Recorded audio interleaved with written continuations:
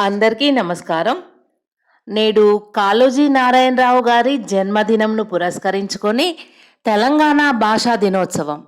ఈ సందర్భంగా అందరికీ శుభాకాంక్షలు మరియు ఒక చిన్ని కవిత. అంశం తెరిచిన పుస్తకం. నిరాడంబరతకు నిలువెత్తు రూపమైన నిగ్గదీసి అడిగే దమ్మున్న కలంధారి.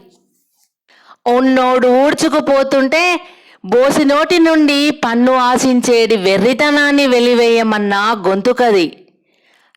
ఎడతెగక సాగిన అక్షర జీవనం జీవనది అయి పారుతూ నీ నా భేదం లేకుండా సమభావంగా సాగిన నది.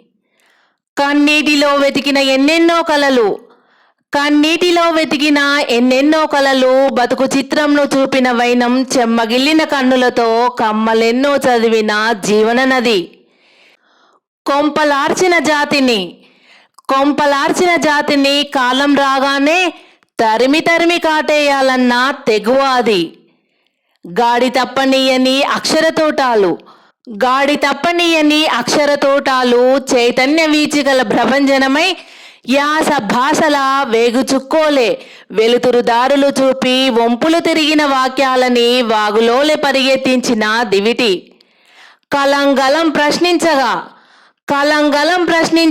గుండెల నిండా మెదిలే గుప్పెడు భావాలు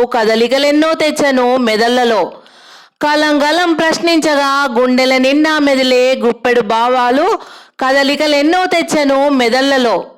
అక్షర కెరటాలకు పురుడోసుకున్న పుటలు పునీతమైన అడుగుజాడలతో వెలుగురేఖలని దశ దిశలా వ్యాపించి తెరిచిన పుస్తకం అంటి నీ జీవితం అందరికీ ఆదర్శమయ్యే. ధన్యవాదములు.